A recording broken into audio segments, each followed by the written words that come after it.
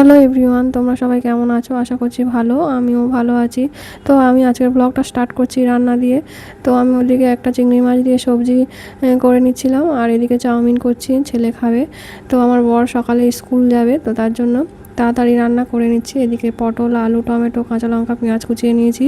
এটা হবে কাতলা মাছ দিয়ে ঝোল। আর এদিকে ভাত প্রায় হয়ে এসছে। আর এদিকে ছেলেকে আমি চাউমিন দিয়ে দিয়েছি খাওয়ার জন্য। তো ও কিছুতেই খেতে চাচ্ছে না, খাইয়েও দিচ্ছি সেটাও খাচ্ছে না। তো আমিও খাবো, তার জন্য 2 প্লেট নিয়ে নিয়েছি। তারপরে আমি এদিকে ডাল আর এই বরকে ভাত বেড়ে দিচ্ছি, খেয়ে স্কুল যাবে। তো ডাল আর সবজি দিয়ে ভাত খেয়ে যাবে এখন। আর তারপর রান্নাও করছি, পটল দিয়ে আলু দিয়ে ঝোল করব। আর এদিকে আমি মাছ ভাজাও বসিয়ে দিয়েছি অন্য কড়াতে। তো আমরা 4জন খাবো, আমার ছেলে, বর, আমি আর আমার দিদি শাশুড়ি মানে দিদা। বর এখন ডাল আর সবজি দিয়ে ভাত খেয়ে যাচ্ছে। তো এটা মাছের ঝোলটা বিকালে এসে স্কুল থেকে এসে খাবে। তো আমার স্নান হয়ে গেছে এখন। এখন আমি ছেলেকে স্নান করিয়ে দেব। তারপরে আমি নিচে যাব, কিছু ছাদ থেকে ফুল তুলে নেব। এটা আমার ছাদের বাগান ছোট্ট। এখানে টগর, জবা, একটা সেন্ট টগর। তো সেন্টটা খুব সুন্দর। তো আমি এখন ফুলগুলো তুলে নেব। এই গাছগুলো আমি কয়েক মাস আগে কেটে দিয়েছিলাম, তো এখন বেশ ঝাংড়া হয়েছে আর নতুন নতুন পাশ ছাড়ছে আর ফুল ফুটছে, খুব সুন্দর লাগছে। এই গাছগুলো সব আমার নিজের হাতের তৈরি। তো আমি যেখানে যাই ডাল কেটে নিয়ে আসি আর এনে বাড়িতে টবে বসিয়ে দিই। তো খুব সুন্দরভাবে হয়ে যায় গাছগুলো। তো আমি এখন ফুলগুলো তুলে নিয়ে এই ঠাকুর ঘরে চলে এসেছি, এখন পুজোটা করে নেব। তো আমি এখন ঠাকুর ঘরে চলে এসেছি। এখন আমি বাসি ফুলগুলো সব তুলে ফেলে দেবো, আর তারপরে ঠাকুর ঘরটা সুন্দর করে আমি মুছে নেব, পরিষ্কার করে নেব।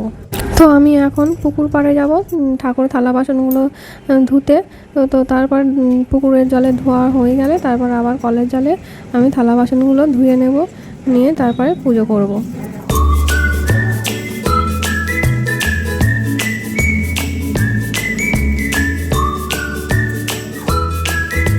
তো এরপরে আমরা দুপুরে খাওয়া দাওয়া সেরে নিয়ে একটু ঘুমিয়ে তারপরে ছেলেকে নিয়ে একটু ঘুরে এসে তারপর তার সন্ধ্যে দেখিয়ে এখন রান্না করতে চলে এসেছি আবার রাতের জন্য। রাত্রে খাবো ছোলা আলু ঘুগনি আর পরোটা। তো ওইদিকে আমি ঘুগনি করে নিচ্ছি, তেলে দিয়েছি জিরে ফোড়ন আর তেজপাতা। তো এরপর আমি পেঁয়াজ, আদা বাটা আর টমেটো দিয়ে ভালো করে কষিয়ে নেব।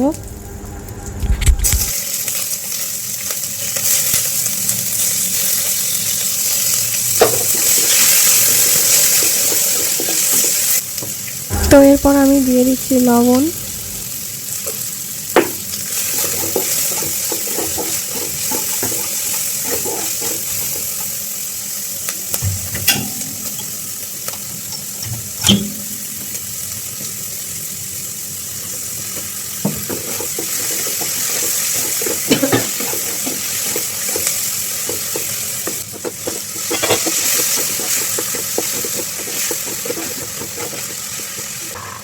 এখন দিয়ে দিচ্ছি ছোলা, কাঁচা ছোলা।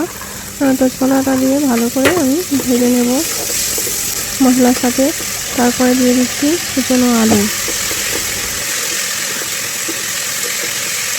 পরে দিয়ে দিচ্ছি আমি হলুদ গুঁড়ো।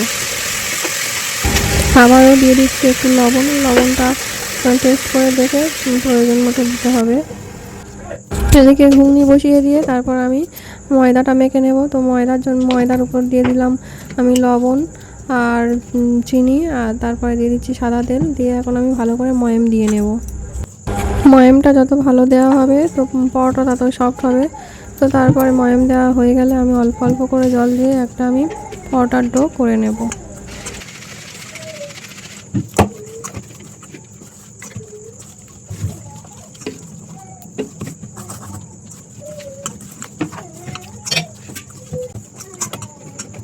তো আমার পরোটার জন্য ডো রেডি। তো এখন ঢাকা দিয়ে রেস্টে রেখে দেবো কিছুক্ষণ। আর এদিকে আমি ঘুগনিটা ভালো করে কষিয়ে নিয়েছি, এবার আমি এতে জল ঢেলে দেবো।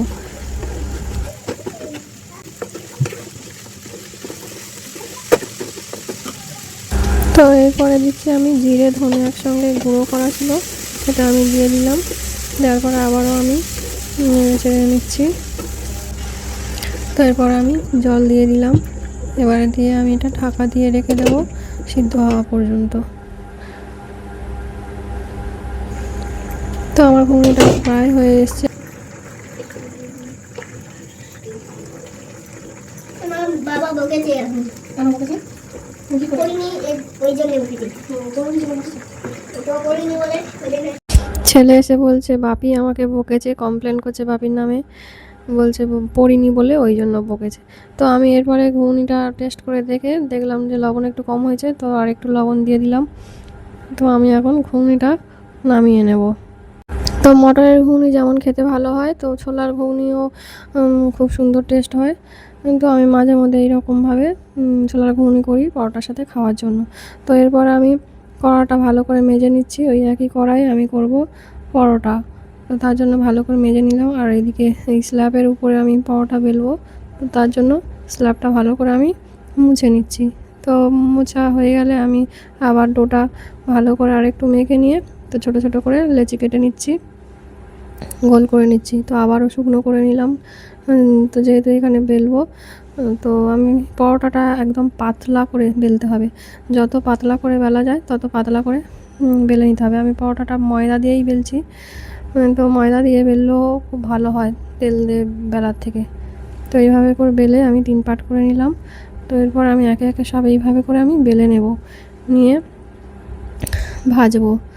তো আমরা যেহেতু 4 জন এখন বাড়িতে আছি, আমি, ছেলে আর আমার বর আর দিদি শাশুড়ি। তো আমার শ্বশুর শাশুড়ি বাড়িতে এখন নেই, যেহেতু ওনারা গিয়েছে বেড়াতে। তো আমরা কজনই খাবো।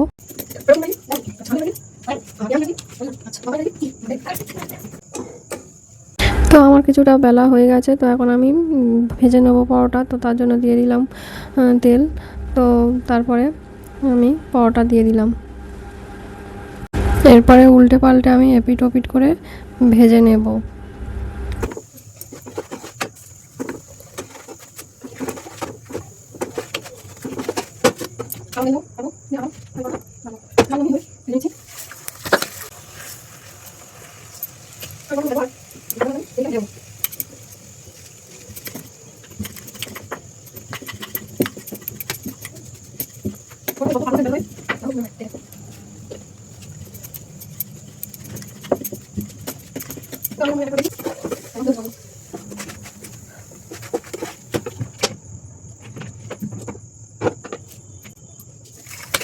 আমি এখন সব পরোটাগুলো এইভাবে একইভাবে ভেজে নেব।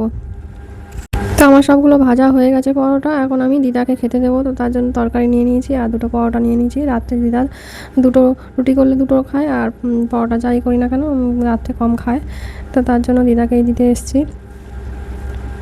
তো এদিকে কারেন্ট চলে গেছে, তার জন্য ছেলে মানে ভয় পাচ্ছিল, কাঁদছিল। তো ওই জন্য ওর বাপির কোলে বসে আছে। তো আমি দুজনকে একসাথে খাইয়ে দিচ্ছি, একবার ছেলেকে একবার বরকে।